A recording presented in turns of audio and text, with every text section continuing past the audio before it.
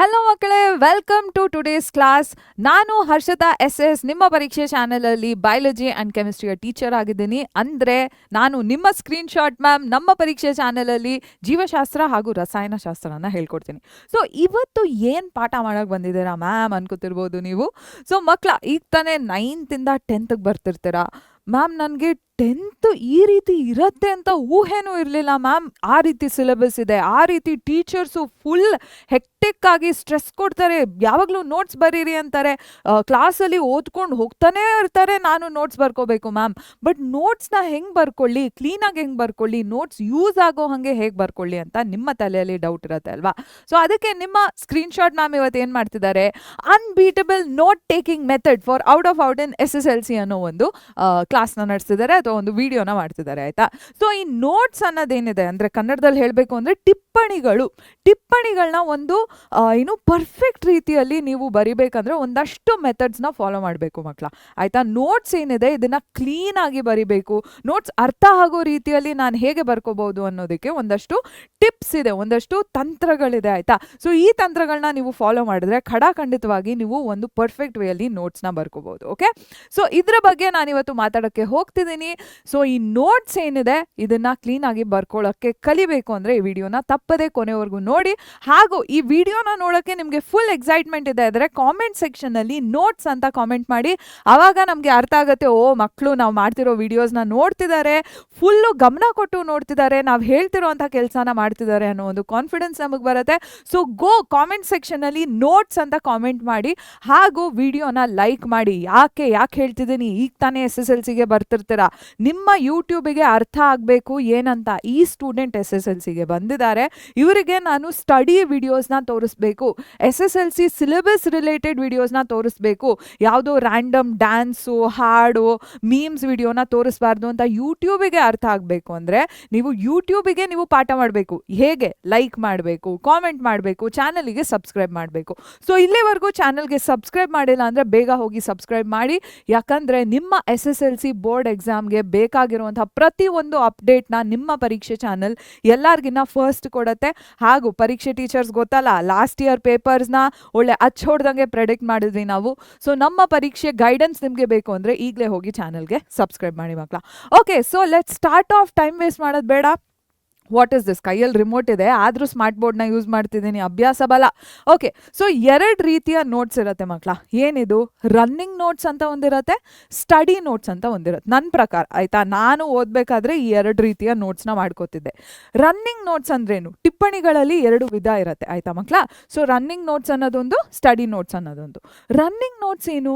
ಕ್ಲಾಸ್ನಲ್ಲಿ ಕೂತ್ಕೊಂಡಿರ್ತೀರಾ, science teacher ಬರ್ತಾರೆ ಕ್ಲಾಸಿಗೆ, ಲೈಫ್ ಪ್ರಾಸೆಸಸ್ ಶುರು ಮಾಡ್ತಾರೆ. ಅದರಲ್ಲಿ ನ್ಯೂಟ್ರಿಷನ್ನ ಹಿಡ್ಕೊಂಡು autotrophic nutrition, heterotrophic nutrition, digestive system, elementary ಕೆನಾಲಲ್ಲಿ ಇಸೋಫೇಗಸ್, ಸ್ಟಮಕ್, ಸ್ಮಾಲ್ ಇಂಟೆಸ್ಟೈನ್, ಬಡ ಬಡ ಬಡ ಬಡ ಬಡ ಅಂತ ಹೇಳ್ಕೊಂಡು ಹೋಗ್ತಾರೆ ಅಲ್ವಾ. ಅಂದರೆ ಜೀವಕ್ರಿಯೆಗಳನ್ನ ತಗೊಂಡಾಗ ಸ್ವಪೋಷಕ, ಪರಪೋಷಕ, ಜೀರ್ಣಾಂಗ ವ್ಯೂಹ, ಇದರಲ್ಲಿ ಹೊಟ್ಟೆ ಅಂದರೆ ಜಠರ, ಸಣ್ಣ ಕರಳು, ಅದು ಇದು ಅಂತ ಹೇಳ್ಕೊಂಡು ಹೋಗ್ತಾನೆ ಇರ್ತಾರೆ. ಒಳ್ಳೆ ಯಾವುದು ನಮ್ಮ ಶತಾಬ್ದಿ ಎಕ್ಸ್ಪ್ರೆಸ್ ಥರ ಹೋಗ್ತಿರ್ತಾರೆ. ಸೊ ಈ ಟೈಮಿನಲ್ಲಿ ನೀವು ಬರ್ಕೋತೀರಾ ಅಲ್ವಾ ನೋಟ್ಸು, ಕ್ಲಾಸ್ ವರ್ಕ್ ತೆಗಿರೋ, ನೋಟ್ಸ್ ಬರ್ಕೊಳ್ರೋ ಅಂತ ಟೀಚರ್ ಹೇಳ್ತಾರೆ ಅಲ್ವಾ. ಆಗ ಬರ್ಕೋತಿರೋಂತಹ ನೋಟ್ಸ್ನ ನಾವು ರನ್ನಿಂಗ್ ನೋಟ್ಸ್ ಅಂತ ಕರಿತೀವಿ. ಓಕೆ. ನೆಕ್ಸ್ಟ್ ಸ್ಟಡಿ ನೋಟ್ಸ್ ಬರುತ್ತೆ. ಈ ನೋಟ್ಸ್ ಏನು? This is life saver. ನಮ್ಮ ಉಳಿಸೋದು SSLC ಜರ್ನಿ, SSLC ಅನ್ನೋ ಬೋಟ್ ಏನಿರುತ್ತೆ, ಆ ಬೋಟ್ನ ಮುಳುಗ್ದಿರೋ ಹಂಗೆ ನೋಡ್ಕೊಳ್ಳೋದೇ ನಮ್ಮ study notes. What is study notes? ನೀವು ಎಕ್ಸಾಮ್ನ ಎಂಟರ್ ಆಗೋಕ್ಕಿಂತ ಮುಂಚೆ ಅಥವಾ ಎಕ್ಸಾಮ್ ಇನ್ನೇನು ಬರ್ತಿದೆ, ಬಿಕಾಸ್ ಓದ್ಕೋತಾನೆ ಇರ್ತೀರ ವರ್ಷ ಪೂರ್ತಿ, ಬಟ್ ಎಕ್ಸಾಮ್ ಮುಂಚೆ ಏನು ಕೆಲಸ ಮಾಡ್ತೀರಾ ಅಲ್ವಾ, ಅದು ಇಂಪಾರ್ಟೆಂಟ್ ಆಗುತ್ತೆ. ಸೊ ಎಕ್ಸಾಮಿನ ಒಂದು 3-4 ದಿನ ಹಿಂದೆ ನಿಮಗೆ ಸೀರಿಯಸ್ನೆಸ್ ಬರುತ್ತೆ. ಆವಾಗ ನೀವು ಕುತ್ಕೊಂಡು ಒಂದೇ ಸತಿ 4-5 ಚಾಪ್ಟರ್ಸ್ನ ರಿವೈಸ್ ಮಾಡ್ಕೋತೀರಾ ಅಲ್ವಾ. ಆ ರಿವಿಷನ್ಗೆ ಬಳಸುವಂಥ ನೋಟ್ಸ್ ಏನಿದೆ ಇದನ್ನು ನಾವು ಸ್ಟಡಿ ನೋಟ್ಸ್ ಅಂತ ಕರಿತೀವಿ. ಅದು ಬೋರ್ಡ್ ಎಕ್ಸಾಮೇ ಆಗಬೇಕಾಗಿಲ್ಲ, FA ಟೆಸ್ಟ್ ಇರ್ಬೋದು, SA ಎಕ್ಸಾಮ್ ಇರ್ಬೋದು, ಪ್ರಿಪ್ರೇಟರಿ ಎಕ್ಸಾಮ್ ಇರ್ಬೋದು. ಈ ಟೈಮಲ್ಲಿ ನಿಮಗೆ ಸ್ಟಡಿ ನೋಟ್ಸ್ ಏನಿದೆ ನಿಮ್ಮ ಬೆಸ್ಟ್ ಫ್ರೆಂಡ್ ಆಗಿ ವರ್ಕ್ ಆಗುತ್ತೆ. ಆಯ್ತಾ. ಅಧ್ಯಯನಕ್ಕೆ ಬಳಸುವಂಥ ನೋಟ್ಸ್ಗಳು, ಟಿಪ್ಪಣಿಗಳು, ಪರಿಷ್ಕರಣೆಗೆ ಬಳಸುವಂಥ ಟಿಪ್ಪಣಿಗಳನ್ನ ಸ್ಟಡಿ ನೋಟ್ಸ್ ಅಂತ ಕರಿತೀವಿ. It is used for revision and quick recall. ಆಯ್ತಾ. ಪರಿಷ್ಕರಣೆ ಹಾಗೂ ಮರುಸ್ಮರಣೆ ಏನಿದೆ ಕ್ಷಿಪ್ರ ಮರುಸ್ಮರಣೆ ಇದಕ್ಕೆ ಬಳಸುವಂತಹ ನೋಟ್ಸ್ನ ನಾವು ಸ್ಟಡಿ ನೋಟ್ಸ್ ಅಂತ ಕರಿತೀವಿ. ಓಕೆ, ಸೊ 2 ರೀತಿಯ ನೋಟ್ಸ್ ಏನಿದೆ ಇರತ್ವೆ. ಈ 2 ರೀತಿಯ ನೋಟ್ಸ್ನ ಬೇರೆ ಬೇರೆ ರೀತಿಯಲ್ಲಿ ನೀವು ತಯಾರು ಮಾಡಬೇಕು. ಓಕೆ, ಸೊ 2 ರೀತಿಯ ನೋಟ್ಸ್ನ ಹೇಗೆ ಬೆಸ್ಟ್ ವೇಯಲ್ಲಿ ನೀವು ಪ್ರಿಪೇರ್ ಮಾಡ್ಬೋದು ಅಂತ ನಾನು ಹೇಳ್ಕೊಡ್ತೀನಿ ನಿಮಗೆ. Let us start with running notes first ಮಕ್ಕಳ. ಓಕೆ, ರನ್ನಿಂಗ್ ನೋಟ್ಸ್ ಏನಿದೆ ಇದಕ್ಕೆ ನಿಮಗೆ ಜಾಸ್ತಿ ಏನು ಯೂಟಿಲೈಸ್ ಆಗುತ್ತೆ ಅಂದರೆ ಪ್ರಾಕ್ಟೀಸ್ ಮಾಡಬೇಕು. ಯಾಕಂದರೆ 9th ಸ್ಟ್ಯಾಂಡರ್ಡಲ್ಲಂತೂ ಬೋರ್ಡ್ ಎಕ್ಸಾಮ್ ಇರಲಿಲ್ಲ. ನಿಮಗೆ ಟೀಚರ್ಸ್ ಅಷ್ಟು ಕಾಟ ಕೊಡ್ತಿರ್ಲಿಲ್ಲ, ಓದ್ಕೊಳ್ರೋ ನಿಮ್ಮ ಪಾಡಿಗೆ ನೀವು ಓದ್ಕೊಳ್ರೋ, ಎಷ್ಟು ಓದ್ಕೋತಿರೋ ಓದ್ಕೊಳ್ರೋ, ಎಕ್ಸಾಮ್ ಬರೀರೋ ಅಂತ ನಿಮ್ಮ ಪಾಡಿಗೆ ನೀವು ಬಿಟ್ಬಿಡ್ತಿದ್ರು. ಆದರೆ 10th ಬಂದಾಗ ಬೋರ್ಡ್ ಎಕ್ಸಾಮ್ ಬರುತ್ತೆ. ಬೋರ್ಡ್ ಎಕ್ಸಾಮು ಯಾವುದೇ ಒಂದು ಶಾಲೆಯಲ್ಲಿ ಅವರ ಅಚೀವ್ಮೆಂಟ್ ಆಗಿರುತ್ತೆ. ಮಕ್ಕಳು ಎಷ್ಟು ಮಾರ್ಕ್ಸ್ ತೆಗಿತಾರೋ ಒಂದು ಸ್ಕೂಲಿಗೆ ಅಷ್ಟೇ ಪ್ರೈಡು, ಆನರು, ಗರ್ವ ಅನ್ನೋದೊಂದಿರುತ್ತೆ. ಅದಕ್ಕೋಸ್ಕರ ಟೀಚರ್ಸ್ ಏನಿದ್ದಾರೆ ನಿಮ್ಮ ಮೇಲೆ ಜಾಸ್ತಿ ಪ್ರೆಷರ್ನ ಹಾಕಕ್ಕೆ ಸ್ಟಾರ್ಟ್ ಮಾಡ್ತಾರೆ, ವಿಚ್ ಇಸ್ ವ್ಯಾಲಿಡ್. ಹಾಕಬೇಕು ಅವರು, ಯಾಕಂದರೆ ನೀವು ಚೆನ್ನಾಗಿ ಓದಬೇಕು ಅಲ್ವಾ. ಸೊ ಅದಕ್ಕೋಸ್ಕರ ಪ್ರೆಷರ್ ಅನ್ನೋ ಒಂದು ಟಾಪಿಕ್ ಬಂದಾಗ ನಿಮಗೆ ನೋಟ್ಸ್ ಅನ್ನೋದು ಜಾಸ್ತಿ ಆಗುತ್ತೆ. ಯಾಕಂದರೆ ಟೀಚರ್ಸ್ ಆಸೆ ಏನು, ಇವ್ರಿಗೆ ಆದಷ್ಟು ಹೇಳ್ಕೊಡ್ಬೇಡ ನಾವು ಅನ್ನೋ ಒಂದು ಫ್ಲೋ ಅಲ್ಲಿ ಟೀಚರ್ಸ್ ಇರ್ತಾರೆ. ಅದಕ್ಕೋಸ್ಕರ ನಿಮಗೆ ನೋಟ್ಸ್ನ ಜಾಸ್ತಿ ಬರೀಲಿಕ್ಕೆ ಕೊಡ್ತಾರೆ, ಕ್ಲಾಸ್ ವರ್ಕು, ಹೋಮ್ ವರ್ಕನ್ನೆಲ್ಲ ಜಾಸ್ತಿ ಕೊಡ್ತಾರೆ. ಓಕೆ, ಸೊ ನೀವು ಪ್ರಾಕ್ಟೀಸ್ ಮಾಡೋದು ತುಂಬ ಇಂಪಾರ್ಟೆಂಟ್ ಆಗುತ್ತೆ, ಆಯಿತಾ. ಅಂದರೆ ಅಭ್ಯಾಸ ಮಾಡೋದು ತುಂಬ ಪ್ರಮುಖ ಆಗುತ್ತೆ. ಇದಕ್ಕೋಸ್ಕರ ಏನು ಮಾಡ್ತೀರಾ, ಕ್ಲಾಸಲ್ಲಿ ನೀವು ಚೆನ್ನಾಗಿ ಫಾಸ್ಟಾಗಿ ಬರ್ಕೋಬೇಕು ಅಂದರೆ ಮನೆಯಲ್ಲಿ ಪ್ರಾಕ್ಟೀಸ್ ಮಾಡೋದು ಇಂಪಾರ್ಟೆಂಟ್ ಆಗತ್ತೆ, ಆಯಿತಾ.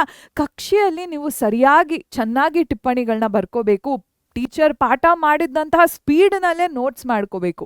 ಅಂದರೆ ಅಧ್ಯಾಪಕರು ಪಾಠ ಮಾಡ್ತಿರುವಂತಹ ಆ ವೇಗದಲ್ಲೇ ನೀವು ಟಿಪ್ಪಣಿಗಳನ್ನ ಬರ್ಕೊಳ್ಳೋ ಅನ್ನೋ ಸಾಮರ್ಥ್ಯ ಬರಬೇಕು ಅಂದರೆ ನೀವು ಅಭ್ಯಾಸ ಮಾಡಬೇಕು. ಏನರದ್ದು ಸ್ಪೀಡ್ ರೈಟಿಂಗಿನ ಪ್ರಾಕ್ಟೀಸ್ ಮಾಡಬೇಕು, ಫಾಸ್ಟಾಗಿ ಬರೆಯೋದನ್ನು ಅಭ್ಯಾಸ ಮಾಡಬೇಕಾಗತ್ತೆ ಮಕ್ಕಳ. ಓಕೆ, ಸೊ ಇದಕ್ಕೇನು ಮಾಡ್ತೀರಾ, ನಿಮ್ಮ ಫೋನ್ ತೊಗೊಳ್ಳಿ, ಒಂದು ಪೀಸ್ ಆಫ್ ಪೇಪರ್ನ ಇಟ್ಕೊಳ್ಳಿ, ಯಾವುದೋ ಒಂದು ಬುಕ್ಕನ್ನ ಇಟ್ಕೊಬೇಡಿ, ಒಂದು ಹೊಸ 10 ರೂಪಾಯಿ ಬುಕ್ನ ಒಂದು ತೊಗೊಂಬೇಡಿ, ಓಕೆನಾ. ಅಥವಾ ಅಣ್ಣ ಅಕ್ಕ ಯಾರ ಹತ್ರ ಆದರೂ ಒಂದು ಎಂಟಿ ಬುಕ್ ಇದ್ದರೆ ಕೇಳಿಕೊಂಡು ಅವ್ರ ಹತ್ರ ಇಸ್ಕೊಳ್ಳಿ, ಇದು ಸಿಗುತ್ತೆ, ಬುಕ್ ಆರಾಮಾಗಿ ಸಿಗುತ್ತೆ. ಈ ಬುಕ್ಕನ್ನ ನೀವು ಇಟ್ಕೋತೀರಾ, ಒಂದು ಒಳ್ಳೆ ಪೆನ್ನ ಇಟ್ಕೋತೀರಾ. ಓಕೆ, ಈ ಒಳ್ಳೆ ಜೆಲ್ ಪೆನ್ನು, ಒಳ್ಳೆ ಬಾಲ್ ಪೆನ್ ಯೂಸ್ ಮಾಡಿ ಆದಷ್ಟು, ಬಿಕಾಸ್ ಬೋರ್ಡ್ ಎಕ್ಸಾಮಲ್ಲೂ ಬಾಲ್ ಪೆನ್ ಯೂಸ್ ಮಾಡಬೇಕು. ಸೊ ಬಾಲ್ ಪೆನ್ನ ತೊಗೊಂಡ್ಬಿಡಿ, ಒಂದು ಒಳ್ಳೆ ಕ್ವಾಲಿಟಿ ಬಾಲ್ ಪೆನ್. ಇದರಲ್ಲಿ ನೀವೇನು ಮಾಡ್ತೀರಾ, ಫೋನ್ನ ಇಟ್ಕೊಂಡು, ಅಥವಾ ವಾಚೇ ಸಾಕು, ಫೋನ್ ಫ್ಯಾನ್ಸಿ ಏನು ಬೇಡ, ವಾಚಲ್ಲಿ ನೋಡ್ಕೊಳ್ಳಿ, 10 ನಿಮಿಷ ಆಗೋವಂಥ ಟೈಮ್ನ ನೋಡ್ಕೊಳ್ಳಿ, ಆಯಿತಾ. 10 ಮಿನಿಟ್ಸ್ ಟೈಮರ್ನ ಫೋನ್ನಲ್ಲಿ ಇಟ್ಕೋಬೋದು, ಅವ್ರ ವಾಚಿನಲ್ಲಿ 10 ಮಿನಿಟ್ಸ್ನ ಅಬ್ಸರ್ವ್ ಮಾಡ್ಬೋದು. ಓಕೆ, ಗಡಿಯಾರದಲ್ಲಿ 10 ನಿಮಿಷದಲ್ಲಿ ನಿಮ್ಗೆ ಏನು ಬೇಕಿದ್ರೆ ನೀವು ಯಾವುದೋ ಒಂದು ಟೆಕ್ಸ್ಟ್ ಬುಕ್ಕಿಂದ ಕಾಪಿ ಮಾಡ್ಕೋಬೋದು, ಅಥವಾ ನಿಮ್ಮ ತಲೆಯಲ್ಲಿ ಏನು ಬರೋದು ಆ್ಯಕ್ಚುಲಿ ಅದು ಬೇರೆ ಥರ ಟಾಸ್ಕ್ ಆಗಿಬಿಡುತ್ತೆ. ಮೇ ಬಿ ನೀವು ಟೆಕ್ಸ್ಟ್ ಬುಕ್ನ ನೋಡಿಕೊಂಡು ಎಷ್ಟು ಫಾಸ್ಟಾಗಿ ಆಗುತ್ತೋ ಅಷ್ಟು ಫಾಸ್ಟಾಗಿ, ಬಟ್ ಫಾಸ್ಟ್ ಅನ್ನೋದು ಒಂದು ಇಂಪಾರ್ಟೆಂಟ್ ಅಲ್ಲ, ಅಷ್ಟು ಕ್ಲೀನಾಗಿ ಬರೆಯೋಕ್ಕೆ ಪ್ರಾಕ್ಟೀಸ್ ಮಾಡಬೇಕು. ಓಕೆ, ಸೊ ನಿಮ್ಮ ಸ್ಪೀಡ್ ರೈಟಿಂಗ್ ಪ್ರಾಕ್ಟೀಸ್ ಇದಾಗತ್ತೆ. ಎಷ್ಟು ಕ್ಷಿಪ್ರವಾಗುತ್ತೋ ಅಷ್ಟು ಕ್ಷಿಪ್ರವಾಗಿ, ಹಾಗೆ ಎಷ್ಟು ನೀಟಾಗುತ್ತೋ ಅಷ್ಟು ನೀಟಾಗಿ ಬರೀಲಿಕ್ಕೆ ಪ್ರಯತ್ನ ಮಾಡಬೇಕು. ಹಂಗಂತ ನೀಟಾಗಿ ಹೇಳಿದ್ದಾರೆ ಹರ್ಷಿತಾ ಮ್ಯಾಮು, ನಾನು ಕ್ಯಾಲಿಗ್ರಫಿ ಬರಿತೀನಿ, ನಾನು ಕರ್ಸಿವ್ ರೈಟಿಂಗಲ್ಲಿ ಬರಿತೀನಿ. No, that is not what I mean when I say neat ಅಂದರೆ ನಿಮಗೆ ಅರ್ಥ ಆಗೋ ಹಾಗೆ ಇರಬೇಕು. 3 ದಿನ ಬಿಟ್ಕೊಂಡು ವಾಪಸ್ ಹೋಗಿ ನೋಡಿದಾಗ ಅದು ನಿಮಗೆ ಇಟಾಲಿಯನ್ನು, ಫ್ರೆಂಚು, ಪೋರ್ಚುಗೀಸ್ ಲ್ಯಾಂಗ್ವೇಜ್ ಹಂಗೆ ಕಾಣಿಸ್ಬಾರ್ದು. ಓಕೆ, ನಿಮಗೆ ಅರ್ಥ ಆಗೋ ಹಂಗೆ ಕ್ಲೀನಾಗಿ ಬರ್ಕೋಬೇಕು. ಓಕೆ, ಫುಲ್ ಫ್ಯಾನ್ಸಿ ಆಗಬೇಡ, ಕ್ಲೀನಾಗಿ ನೀಟಾಗಿ, ಯಾವುದೇ ಕಾಟ್ ಇಲ್ಲದೆ ಇರೋ ಹಂಗೆ, ಯಾವುದೇ ಸ್ಕ್ರ್ಯಾಚಸ್ ಇಲ್ಲದೆ ಇರೋ ಹಂಗೆ ಬರ್ಕೋಬೇಕು. Okay, that is the first thing you are going to do. 10 minutes in a day ಮಕ್ಕಳ, ನಿಮ್ಮ SSLC ಜರ್ನಿ ಈಸಿ ಆಗುತ್ತೆ. ಟಿಪ್ಸು, ಹ್ಯಾಕ್ಸು ಇವೆಲ್ಲ ನಿಮಗೋಸ್ಕರ ಹೇಳ್ಕೊಡ್ತಿರೋ ಅಂಥ ಟಿಕ್ಸ್ ಅಂತಿದ್ದೀನಿ, ಶಾರ್ಟ್ ಕಟ್ಸು ಇವೆಲ್ಲ. ಓಕೆ, ಸೊ ಇದನ್ನು ಪ್ರಾಕ್ಟೀಸ್ ಮಾಡಿ. ನೆಕ್ಸ್ಟು, ನೀವು ಬರಿಬೇಕಾದ್ರೆ, ಕ್ಲಾಸ್ನಲ್ಲಿ ಬರಿಬೇಕಾದ್ರೆ ಒಂದು ಇಂಪಾರ್ಟೆಂಟ್ ಏನಾಗುತ್ತೆ, ಕೀವರ್ಡ್ಸ್. ಓಕೆ, ಒಂದು ಸೆಂಟೆನ್ಸಲ್ಲಿ ಈಗ ನೋಡಿ, my name is Harshita, my name is Harshita, 4 words ಆಯಿತು. ಇದರಲ್ಲಿ ಇಂಪಾರ್ಟೆಂಟ್ ಏನು, 2 ವರ್ಡ್ಸ್ ಓನ್ಲಿ, ನೇಮ್, ಹರ್ಷಿತಾ, ಇಷ್ಟೇ. ಮೈ ಹಾಗೂ ಈಸ್ ಏನಿದೆ ಎಕ್ಸ್ಟ್ರಾ ವರ್ಡ್ಸು, ಆ ಸೆಂಟೆನ್ಸ್ನ ಫಾರ್ಮ್ ಆಗೋಕ್ಕೆ ಯೂಸ್ ಆಗುವಂಥ ಎಕ್ಸ್ಟ್ರಾ ವರ್ಡ್ಸು. ಈ ನೇಮ್ ಆ್ಯಂಡ್ ಹರ್ಷಿತಾ ಏನಿದೆ ಇವು ಕೀವರ್ಡ್ಸ್ ಆದವು, ಇಂಪಾರ್ಟೆಂಟ್ ಪದಗಳು. ಒಂದು ಸೆಂಟೆನ್ಸ್ನಲ್ಲಿ ಬರುವಂತಹ ಪ್ರಮುಖ ಪದಗಳೇನಿದೆ ಅದನ್ನು ಕೀವರ್ಡ್ಸ್ ಅಂತ ಕರಿತೀವಿ. ಓಕೆ, ಇದೇ ರೀತಿ let's say you are writing notes about photosynthesis. Photosynthesis is a process employed by green plants to prepare their own food. Prepare their own food ಅಂದರೆ ಸ್ವಪೋಷಕ ಜೀವಿಗಳ ಬಗ್ಗೆ ಬರಿಬೇಕಾದ್ರೆ ಏನು ಬರಿತೀರಾ? ದ್ಯುತಿ ಸಂಶ್ಲೇಷಣೆ ಬಗ್ಗೆ ಬರಿತೀರಾ. ದ್ಯುತಿ ಸಂಶ್ಲೇಷಣೆ ಏನು? ಇದು ಒಂದು ಪ್ರಕ್ರಿಯೆ ಆಗಿರುತ್ತೆ. ಇದು ಹಸಿರು ಸಸ್ಯಗಳಲ್ಲಿ ಉಪಯೋಗಕ್ಕೆ ಬರುತ್ತೆ. ಈ ಹಸಿರು ಸಸ್ಯಗಳು ತಾನಾಗಿ ತಾನೇ ಆಹಾರನ ಸೃಷ್ಟಿ ಮಾಡ್ಕೊಳ್ಳುವಂಥ ಪ್ರಕ್ರಿಯೆನ ದ್ಯುತಿ ಸಂಶ್ಲೇಷಣೆ ಅಂತ ಕರಿತೀವಿ. ಇದರಲ್ಲಿ ಏನು ಹಸಿರು ಸಸ್ಯಗಳು ಪ್ರಕ್ರಿಯೆ ತನ್ನ ಆಹಾರ ತಾನೇ ಸಂಶ್ಲೇಷಣೆ ಮಾಡೋದು, ಇವು ಪ್ರಮುಖ ಪದಗಳಾಗಿರತ್ವೆ. ಓಕೆ, ಇವನ್ನ ನೀವು ಅಂಡರ್ಲೈನ್ ಮಾಡಬೇಕು. ನೀವು ನೋಟ್ಸ್ ಬರ್ಕೋಬೇಕಾದ್ರೆ ಇವನ್ನ ಅಂಡರ್ಲೈನ್ ಮಾಡಬೇಕು, ಅಥವಾ ಬರೀ ಇದನ್ನೇ ಬರ್ಕೊಂಡ್ರು ನಡೆಯುತ್ತೆ ನೋಟ್ಸ್ನಲ್ಲಿ. ಓಕೆ, ನಿಮ್ಮ ಟೀಚರ್ನ ಹೇಗೆ ಡಿಕ್ಟೇಟ್ ಮಾಡ್ತಾ ಹೋಗ್ತಾರೆ, ಮೋಸ್ಟ್ ಇಂಪಾರ್ಟೆಂಟ್ ಕೀವರ್ಡ್ಸ್ ಏನಿದೆ ಅದನ್ನು ನೋಟ್ಸ್ನಲ್ಲಿ ಬರ್ಕೋತಾ ಹೋಗಿ. ಆವಾಗ ಒಂದು ಇಡೀ ಟಾಪಿಕ್ನ ನೀವು 3-4 ವರ್ಡ್ಸ್ನಲ್ಲಿ ನೆನ್ಪಿಟ್ಕೊಳ್ಳೋದು ಈಸಿ ಆಗುತ್ತೆ. Okay okay next, condense information. ಇದು ಎಷ್ಟೊಂದು ಜನ ಸ್ಟೂಡೆಂಟ್ಸ್ ನಮ್ಮನ್ನ ಕೇಳ್ತಿರ್ತಾರೆ ಆಯ್ತಾ. ಲಾಸ್ಟ್ ಇಯರ್ ಅಂತೂ ನಿಮ್ಮ ಸೀನಿಯರ್ ಬ್ಯಾಚ್ ಎಕ್ಸಾಮ್ ಬರಿಬೇಕಾದ್ರೆ, ಮ್ಯಾಮ್ ನನ್ನೋನ್ ಸೆಂಟೆನ್ಸಸ್ಸಲ್ಲಿ ಆನ್ಸರ್ಸ್ ಬರಿಬಹುದಾ ಮ್ಯಾಮ್, ನಂದೇ ಆದ ಸೆಂಟೆನ್ಸಸ್ಸಲ್ಲಿ ಉತ್ತರನ ಬರಿಬಹುದಾ ಅಂತ ಕೇಳ್ತಿದ್ರು. ಖಂಡಿತವಾಗಿ ಬರಿಬಹುದು, ನಿಮ್ಮ ಓನ್ ಸೆಂಟೆನ್ಸಸ್ಸಲ್ಲಿ ಆನ್ಸರ್ ಬರಿಬಹುದು. ಓಕೆ, ಬಟ್ ಅದರಲ್ಲಿ ಏನು ಇಂಪಾರ್ಟೆಂಟು, ಟೆಕ್ಸ್ಟ್ ಬುಕ್ಕಲ್ಲಿರುವಂಥ ಇನ್ಫಾರ್ಮೇಷನ್ ಕರೆಕ್ಟ್ ಆಗಿರಬೇಕು. Photosynthesis is a process by which plants prepare their own food is correct. Plants prepare their own food using photosynthesis. ಈ ಸೆಂಟೆನ್ಸ್ ಕೂಡ ಕರೆಕ್ಟ್ ಆಗತ್ತೆ. ಏನಕ್ಕೆ ಕರೆಕ್ಟ್ ಆಗತ್ತೆ? Because information correct ಆಗಿದೆ. Okay, 2 ರೀತಿಯಲ್ಲಿ ನೀವು ಉತ್ತರ ಬರಿಬೋದು, ಬಟ್ ಇನ್ಫಾರ್ಮೇಷನ್ ಕರೆಕ್ಟ್ ಆಗಿರಬೇಕು. So that brings us to this point, condense information ಅಂದರೆ ನಿಮಗೆ ಅರ್ಥ ಆಗೋ ರೀತಿಯಲ್ಲಿ ನೀವು ನೋಟ್ಸ್ನ ಮಾಡ್ಕೋತಾ ಹೋಗ್ಬೋದು. ಟೀಚರ್ ಒಂದು ರೀತಿಯಲ್ಲಿ ಡಿಕ್ಟೇಟ್ ಮಾಡ್ತಾರೆ, ಬಟ್ ನಿಮಗೆ ಅರ್ಥ ಆಗೋದೇ ಬೇರೆ ರೀತಿಯಲ್ಲಿರ್ಬೋದು. ನೀವು ಫ್ಯಾಕ್ಟ್ಸ್ನ ಕರೆಕ್ಟಾಗಿ ಬರೆದ್ರೆ, ಇನ್ಫಾರ್ಮೇಷನ್ನ ಕರೆಕ್ಟಾಗಿ ಬರೆದ್ರೆ that is enough. Okay, so start writing in your own way. Teacher dictate ಮಾಡಿದಾಗ ನಿಮಗೆ ಒಂದು 2-3 ವರ್ಡ್ಸ್ನ ಕಟ್ ಮಾಡಿಬಿಟ್ಟು ಕರೆಕ್ಟಾದ ಸೆಂಟೆನ್ಸ್ ಬರೆಯೋಕ್ಕೆ ಆಗಬಹುದು ಅಂತ ಅನಿಸಿದ್ರೆ, ನಿಮ್ಮ ರೀತಿಯಲ್ಲಿ ನೀವು ನೋಟ್ಸ್ನ ಮಾಡ್ಕೊಳ್ಳೋಕ್ಕೆ ಶುರು ಮಾಡಿ. Okay, start writing in a way that is easy for you. ಯಾರೋ ಒಬ್ರು ಕ್ಲೀನಾಗಿ ನೋಟ್ಸ್ನ ಫುಲ್ ಸೆಂಟೆನ್ಸಸ್ಸಲ್ಲಿ ಬರೀತಿದ್ದಾರೆ ಅಂದರೆ ನೀವು ಅದೇ ಮಾಡಬೇಕು ಅನ್ನೋ ನೆಸೆಸಿಟಿ ಇಲ್ಲ. Okay, next, separate notebooks.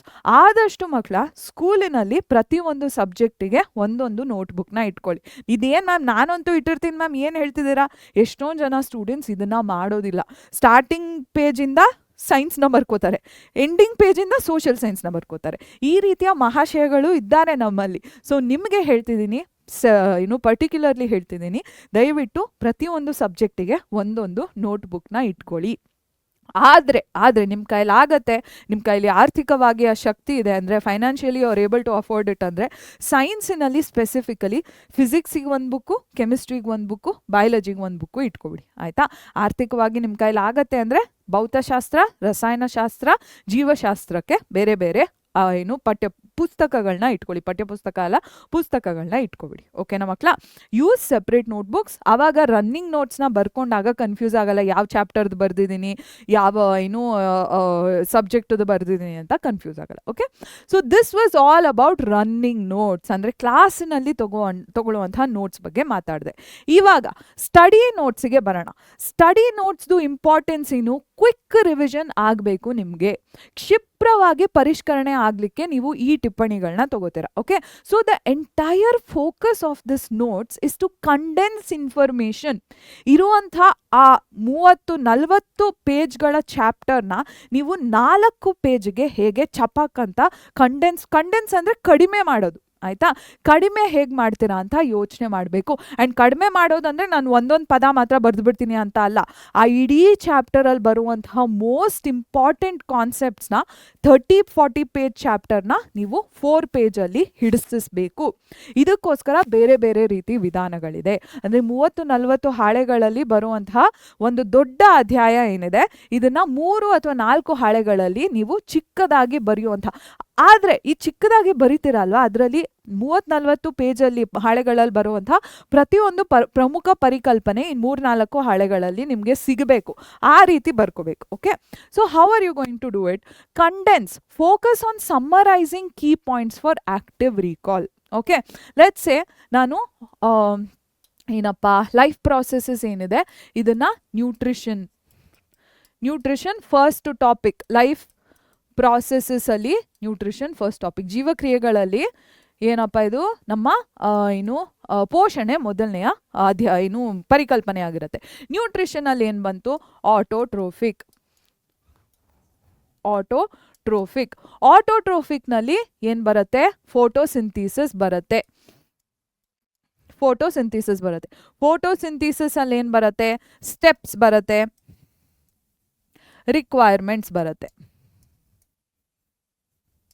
ಆಯ್ತಾ? ರಿಕ್ವೈರ್ಮೆಂಟ್ಸ್. ಇಲ್ಲಿ ಸಾರಿ ಸ್ಪೇಸ್ ಇಲ್ಲ. ಏನಾಗೋಯ್ತು? ಚಿಕ್ಕದ್ ಮಾಡಿ. ಓಕೆ, ನಾ ಏನು ಮಾಡಿದೆ ಮಕ್ಕಳ? ಹೆಂಗೆ ಮಾಡೋಣ? ಹೆಂಗೆ ಆಫ್ ಮಾಡಬೇಕಾ ಕ್ಯಾಪ್ಷನ್ ಇದು? ಹಾಂ, ಓಕೆ, ಸೂಪರ್. ರಿಕ್ವೈರ್ಮೆಂಟ್ಸ್ ಅನ್ನೋದು ಬರುತ್ತೆ. ರಿಕ್ವೈರ್ಮೆಂಟ್ಸ್ ಇಲ್ಲಿ ನಾನು ಕ್ಲೀನಾಗಿ ಬರೆಯಲಿಕ್ಕೆ ಆಗಲಿಲ್ಲ, ಎರೇಸ್ ಮಾಡಿಬಿಟ್ಟು ಮತ್ತೆ ಬರೆಯೋಣ. ಅದೇ ಸಮಯದಲ್ಲಿ ಕನ್ನಡ ಮಾಧ್ಯಮದ ಮಕ್ಕಳಿಗೆ ಹೇಳ್ಬೇಡ ಮಕ್ಕಳ, ಜೀವಕ್ರಿಯೆಗಳು ಅಧ್ಯಾಯ ಇದೆ. ಇದರಲ್ಲಿ ಮೊದಲನೆಯದು ಭಾಗ ಬಂದು ಪೋಷಣೆ ಆಗಿರುತ್ತೆ. ಪೋಷಣೆಯಲ್ಲಿ ಸ್ವಪೋಷಕ ಪೋಷಣೆ ಬರುತ್ತೆ. ಸ್ವಪೋಷಕ ಪೋಷಣೆಯಲ್ಲಿ ದ್ಯುತಿ ಸಂಶ್ಲೇಷಣೆ ಬರುತ್ತೆ. ದ್ಯುತಿ ಸಂಶ್ಲೇಷಣೆಯಲ್ಲಿ ಹಂತಗಳು ಹಾಗೂ ಅಗತ್ಯತೆಗಳು ಬರುತ್ತೆ. ಸ್ಟೆಪ್ಸಿನಲ್ಲಿ ನೀವು ಬರಿತೀರಾ ಏನು? ಫಸ್ಟ್ ಸ್ಟೆಪ್ ಏನು, ಸೆಕೆಂಡ್ ಸ್ಟೆಪ್, 4 ಸ್ಟೆಪ್ಸ್ ಇದೆ. ಸೊ ಈ 4 ಸ್ಟೆಪ್ಸ್ನ ಬರಿತೀರಾ. ರಿಕ್ವೈರ್ಮೆಂಟ್ಸಲ್ಲಿ ಬರಿತೀರಾ ಏನು ಬೇಕು? ಕಾರ್ಬನ್ ಡೈಆಕ್ಸೈಡ್ ಬೇಕು, ವಾಟರ್ ಬೇಕು, ಕ್ಲೋರೋಫಿಲ್ ಬೇಕು, ಮತ್ತೆ ಸನ್ಲೈಟ್ ಬೇಕು. ಸೊ ಈ ರೀತಿ ಈಗ ನೋಡಿ, ಒಂದು ದೊಡ್ಡ ಕಾನ್ಸೆಪ್ಟ್ ಆಗಿದ್ದು ನ್ಯೂಟ್ರಿಷನ್, ಪ್ಲಾಂಟ್ ನ್ಯೂಟ್ರಿಷನ್, ಇದನ್ನ ಇಷ್ಟೇ ಚಿಕ್ಕ ಜಾಗದಲ್ಲಿ ನೀವು ಬರ್ದಾಕ್ಬಿಟ್ರಿ. ಓಕೆ, ಸೊ ಈ ರೀತಿ ಇನ್ಫಾರ್ಮೇಷನ್ನ ಕಂಡೆನ್ಸ್ ಮಾಡೋಕ್ಕೆ ಗೊತ್ತಿರಬೇಕು. ಜಾಸ್ತಿ ಮಾಹಿತಿನ ಹೇಗೆ ಚಿಕ್ಕದಾಗಿ ಬರೀಲಿ, ಇದಕ್ಕೆ ನಾನೇನು ಯೂಸ್ ಮಾಡಿದೆ? ಫ್ಲೋ ಚಾರ್ಟ್ ಯೂಸ್ ಮಾಡಿದೆ, ಹರಿವು ನಕ್ಷೆ ಬಳಸಿದೆ. ಆಯಿತಾ? ಈ ರೀತಿ ಟೂಲ್ಸ್ನ ಯೂಸ್ ಮಾಡಿಕೊಂಡು ಜಾಸ್ತಿ ಇನ್ಫಾರ್ಮೇಷನ್ನ ನೀವು ಚಿಕ್ಕದಾಗಿ ಬ್ರೇಕ್ ಡೌನ್ ಮಾಡಬೇಕು. That brings us to the point here, break chapters into segments. ಒಂದು ದೊಡ್ಡ ಅಧ್ಯಾಯನ ಚಿಕ್ಕ ಚಿಕ್ಕ ವಿಭಾಗಗಳಾಗಿ ವಿಭಜನೆ ಮಾಡಿ ಮಕ್ಕಳ. ಲೈಫ್ ಪ್ರಾಸೆಸಸ್ನ 4 ಪಾರ್ಟ್ಸ್ ಆಗಿ ಡಿವೈಡ್ ಮಾಡಿ. Nutrition, respiration, transportation, excretion. ಜೀವಕ್ರಿಯೆಗಳನ್ನ 4 ಭಾಗವಾಗಿ ವಿಭಜನೆ ಮಾಡಿ. ಪೋಷಣೆ, ಉಸಿರಾಟ, ಸಾಗಾಣಿಕೆ, ವಿಸರ್ಜನೆ, ಚಿಕ್ಕ ಭಾಗಗಳಾಗಿ ವಿಭಜನೆ ಮಾಡಿ. ಹಾಗೂ ಯೂಸ್ ವಿಜುವಲ್ ಏಡ್ಸ್. ಇಲ್ಲಿ ಫ್ಲೋ ಚಾರ್ಟ್ ಇರ್ಬೋದು, ಟೇಬಲ್ಸ್ ಇರ್ಬೋದು. ಟೇಬಲ್ಸ್ ಅಂತೂ ಯುವರ್ ಬೆಸ್ಟ್ ಫ್ರೆಂಡ್ ಆಗಿಬಿಡತ್ತೆ. ಆಯಿತಾ? ಒಂದು ಟೇಬಲ್ ಹಾಕ್ಕೊಂಡು ಅದರಲ್ಲಿ ಎನ್ಸೈಮ್ಸಿನ ಫಂಕ್ಷನ್, ಬ್ರೈನಿನ ಪಾರ್ಟ್ಸ್, ಬ್ರೈನಿನ ಫಂಕ್ಷನ್ಸ್, ಈ ಥರ ಟೇಬಲ್ಸ್ನ ಎಷ್ಟು ಯೂಸ್ ಮಾಡ್ತಿರೋ ನಿಮ್ಮ ನೋಟ್ಸಿನಲ್ಲಿ ಅಷ್ಟು ಬ್ಯೂಟಿಫುಲ್ ಆಗಿ ನೀವು ರೀಕಾಲ್ ಮಾಡೋಕ್ಕೆ ಆಗ್ಬೋದು. ಆಯಿತಾ? ಸೊ ಹರಿವು ನಕ್ಷೆ ಇರ್ಬೋದು, ಮನೋನಕ್ಷೆ ಇರ್ಬೋದು, ಕೋಷ್ಟಕಗಳಿರ್ಬೋದು, ರೇಖಾಚಿತ್ರಗಳಿರ್ಬೋದು, ಇದನ್ನೆಲ್ಲ ಬಳಸಲಿಕ್ಕೆ ಪ್ರಯತ್ನ ಮಾಡಿ. ಡೈಜೆಸ್ಟಿವ್ ಸಿಸ್ಟಮ್ ನಾನಿದ್ದಿದ್ರೆ ಡೈಜೆಸ್ಟಿವ್ ಸಿಸ್ಟಮ್ ಡಯಾಗ್ರಾಮ್ ಹಾಕೊಂಡ್ಬಿಟ್ಟು, ಡಯಾಗ್ರಾಮ್ ಹಾಕ್ತಿದ್ರು ಪರವಾಗಿಲ್ಲ, ಡೈಜೆಸ್ಟಿವ್ ಸಿಸ್ಟಮ್ನ ಡಬ್ಬಗಳಲ್ಲಿ ಹಾಕ್ಬೋದು.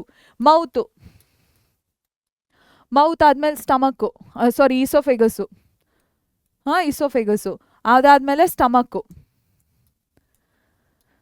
ಆಯ್ತಾ? ಈ ತರ ಮೌತ್ನಲ್ಲಿ ಏನಿದೆ? ಮೌತಲ್ಲಿ ಟೀತ್ ಇದೆ, ಟಂಗ್ ಇದೆ, ಸಲೈವರಿ ಗ್ಲಾಂಡ್ಸ್ ಇದೆ.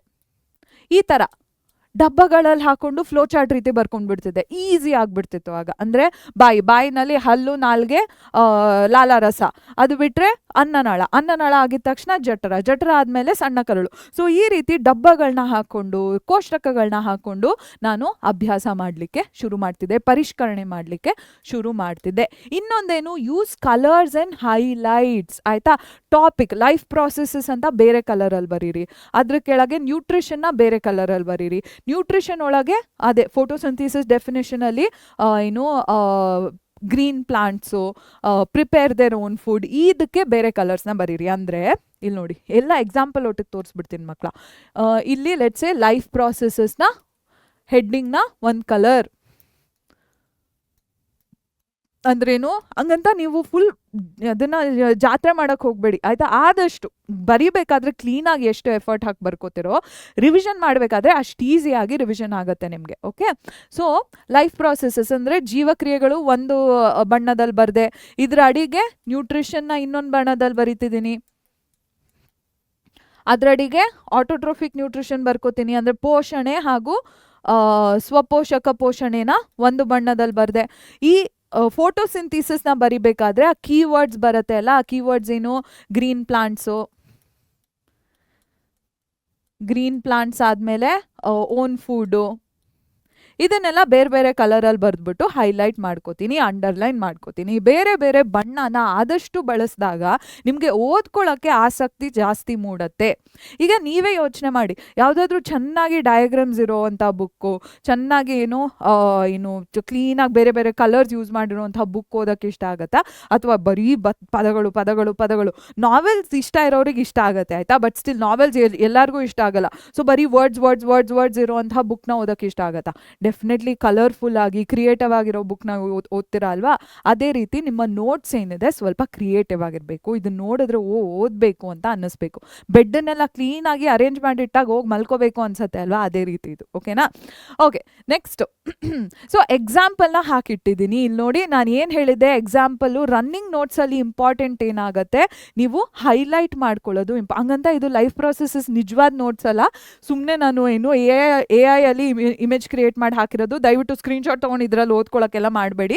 ಸೊ ಏನಂತ ಹೇಳಿದೆ, ರನ್ನಿಂಗ್ ನೋಟ್ಸಲ್ಲಿ ಏನೇನು ಹೇಳಿದೆ ನೋಡಿ ನಿಮಗೆ. ಫಸ್ಟು ನೀವು ಪ್ರಾಕ್ಟೀಸ್ ಮಾಡಬೇಕು ಅಂತ ಹೇಳಿದೆ, ಕೀವರ್ಡ್ಸ್ ಅಂಡರ್ಲೈನ್ ಮಾಡಬೇಕು ಅಂತ ಹೇಳಿದೆ, ಇನ್ಫಾರ್ಮೇಷನ್ನ ಕಂಡೆನ್ಸ್ ಮಾಡಬೇಕು, ಆದಷ್ಟು ಕಡಿಮೆ ಸ್ಪೇಸ್ನಲ್ಲಿ ಇನ್ಫಾರ್ಮೇಷನ್ನ ತೋರಿಸ್ಬೇಕು ನೀವು. ಸೊ ಅದನ್ನೆಲ್ಲ ಮಾಡಿದ್ದೀವಿ. ಹೈಲೈಟ್ ಆಗಿದೆ, ಕೀವರ್ಡ್ಸ್ ಹೈಲೈಟ್ ಆಗಿದೆ.